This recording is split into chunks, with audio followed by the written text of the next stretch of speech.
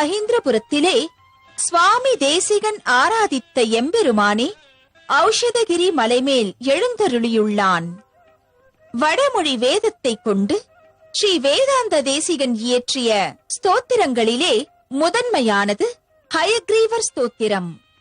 இந்த ஹயக்ரீவ ஸ்தோத்திரத்தை சுவாமி தேசிகரும் இயற்றிப் பாட திருவஹீந்திரபுரத்திலே பரிமுகமாய் தோன்றி ஆச்சாரிய வள்ளலுக்கும் அருள் பாலித்தான் ஸ்ரீ ஹயக்ரீவர். இந்த தேவநாதனும் வேதநாதனும் இணைந்திருக்கக்கூடியதான திவ்ய தேசம் திருவஹீந்திரபுரம். சுவாமி தேசிகன் முதலாக செய்த ஸ்தோத்திரமானது ஹயக்ரீவ ஸ்தோத்திரம்.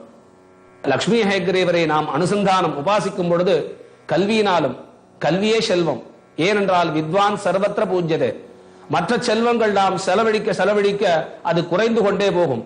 ஆனால் கல்வி என்று சொல்லக்கூடியதான செல்வம் மற்றும் நாம் சொல்ல செலவழிக்க சேரும் என்று சொல்வர். மேலும் அழியாத செல்வம் அம்லான ஸ்ரீர் அமுத விஷதைஹி அம்சுபி பிளாவயன்மாம் ஆவிர் பூயாத் அனக மகிமா மானசே வாகதீஷா என்று சொல்கிறார் சுவாமி தேசிகன். அம்லான ஸ்ரீஹி என்று சொல்லக்கூடியதான வாடாத செல்வம் நமக்கு வேண்டும் என்றால் நாம் ஹயக்ரீவனை உபாசிக்க வேண்டும். வாக் அர்த்த சித்தி ஹேதோஹோ படத ஹயக்ரீவ சம்ஸ்துதிம் பக்தியா. உங்களுக்கு வாக்கும் அர்த்தமும் அதனுடைய தெளிவும் எல்லா விதமான ஞானமும் அறிவும் பெற வேண்டும் என்றால் ஹயக்ரீவ ஸ்தோத்திரத்தை எல்லோரும் மங்களாசாசனம் செய்து ஹயக்ரீவனை திருவருள் புரிந்து எல்லோரும் ஹயக்ரீவனை சேவிக்க வேண்டும் என்று.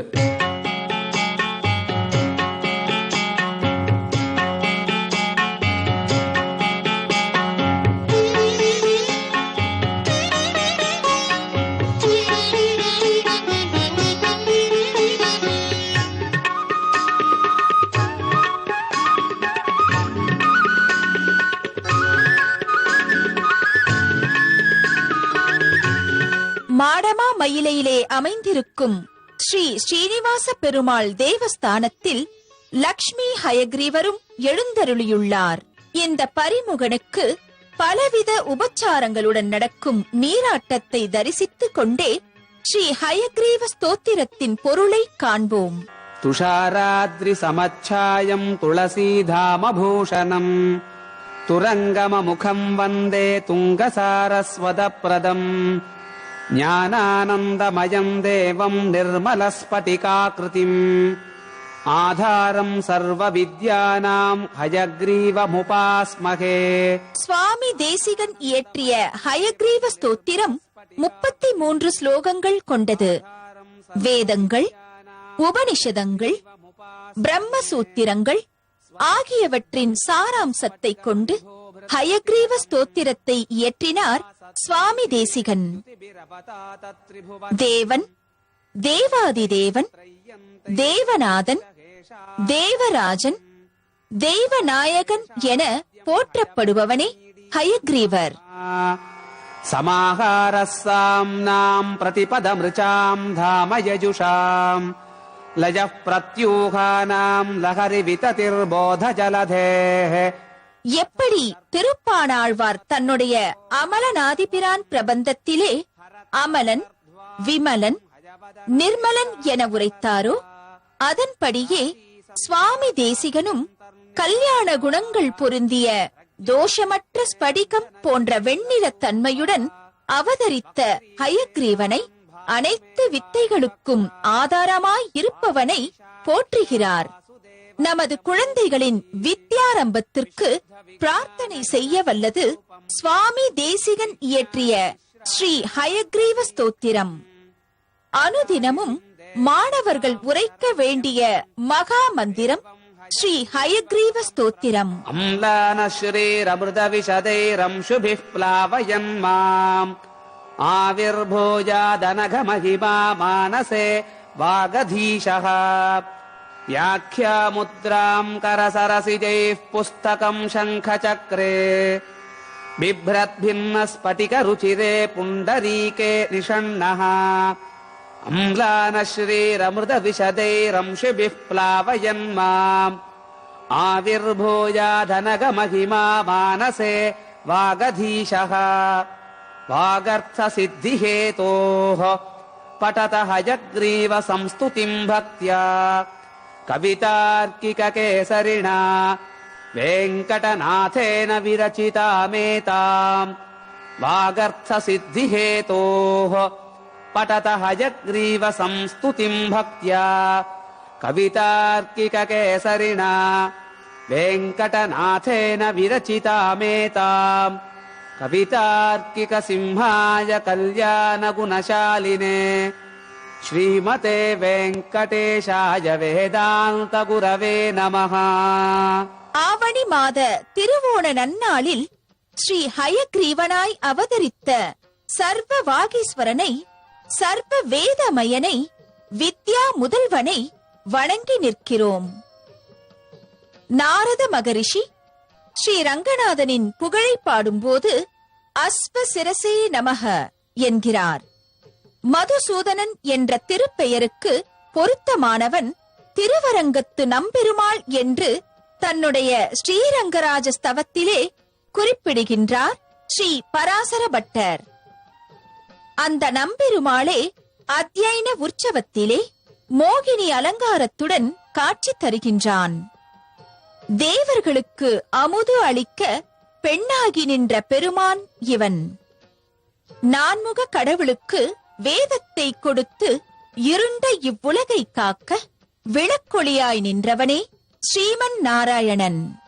அதைப் போலவே தங்கள் பலமிழந்து ஒளி இழந்து நின்ற தேவர்களுக்கு உதவ மந்திர மலையை மத்தாக்கி அஷ்ட நாகங்களில் ஒன்றான வாசுகியை கயிறாக்கி பார்க்கடலை கடையச் சொன்னான். அவ்வாறு கடையும் போது சரிந்த மந்திர மலையை நிமிர்த்த கூர்மாவதாரமும் எடுத்தான். தசாவதாரங்களின் சிறப்பை தங்கள் பிரபந்தங்களில் குறிப்பிட்ட ஆழ்வார்கள் 73 இடங்களில் கூர்ம நாராயணனை பாடியுள்ளார்கள். அப்படி கூர்மமாய் காட்சி தரும் நாராயணனை நாம் ஆந்திர மாநிலம் ஸ்ரீ கூர்மம் திருத்தலத்திலே தரிசிக்கலாம்.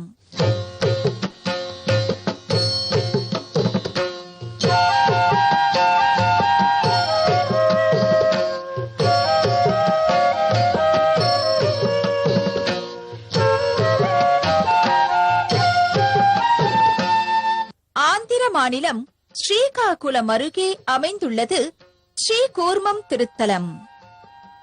ராமானுஜர் வட இந்திய யாத்திரையை மேற்கொண்ட போது வழிபட்ட எம்பெருமானே ஸ்ரீ கூர்ம நாராயணன். ஆதிமூர்த்தியாய் ஆழ்கடலை கடைந்த சோதி என்று தன்னுடைய பெரிய திருமொழியில் முதல் 10 தொடங்கிய திருமங்கையாழ்வார் நீள்நாகம் சுற்றி நெடுவரை நட்டு ஆழ்கடலை பேணான் கடைந்து அமுதம் கொண்டுகந்த பெம்மானை கண்ணார கண்டு மகிழ வேண்டும் என்கிறார். அவ்வாறு பார்க்கடலை கடைந்தபோது வெளிப்பட்ட அமுதத்தை அசுரர்களிடமிருந்து பறித்து அமரர்களுக்கு அளிக்க மோகினி அவதாரம் எடுத்தான் மோகனன். அமரர்கட்கு அருமை ஒழிய அன்று ஆரா அமுது ஊட்டிய அப்பன் என்று பெண்ணாய் உருவெடுத்த பெருமானை பராங்குச நாயகியான நம்மாழ்வாரும் போற்றித் தொழுகிறார். பராங்குசன் 1 சொன்னால் பரகாலன் 10 சொல்ல வேண்டாமா? ஆம், தன்னுடைய திருவாய்மொழியில் மோகினி அவதாரத்தின் பெருமையை அடியவர்க்கு அருள் செய்த ஆறாவமுதனை ஓரிடத்தில் நம்மாழ்வார் பாடியதைத் தொடர்ந்து பரகாலனும் பெரிய திருமொழியில் 10 இடங்களில் அழகியாய் வந்து அமுதளித்த அமரர்கள் அதிபதியை போற்றுகிறார். ஆக வேதத்தை காத்த வேதநாயகனே தேவர்களை காக்க பெண்ணுரு கொண்டு தேவநாயகனாய் மோகினி அவதாரம் எடுத்தான். எனவே வேத நாராயணனே கூர்ம நாராயணன். அவனே மோகன ரூபன். அந்த மோகன ரூபனை மூவராகிய ஒருவனை சுவாமி தேசிகன் துணை கொண்டு உள்ளம் குளிர தரிசிக்கின்றோம். பெண்ணாகி இன்னமுதம் வஞ்சித்தவனை பெருமையுடன் தரிசித்து பேருவகை கொள்வோம்.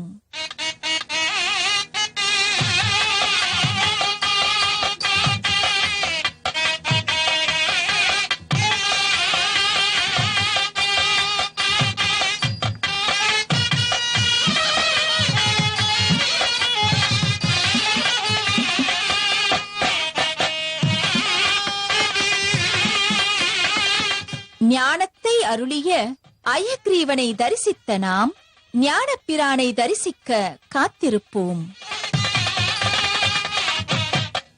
இந்த நிகழ்ச்சியை பற்றிய உங்கள் கருத்துக்களை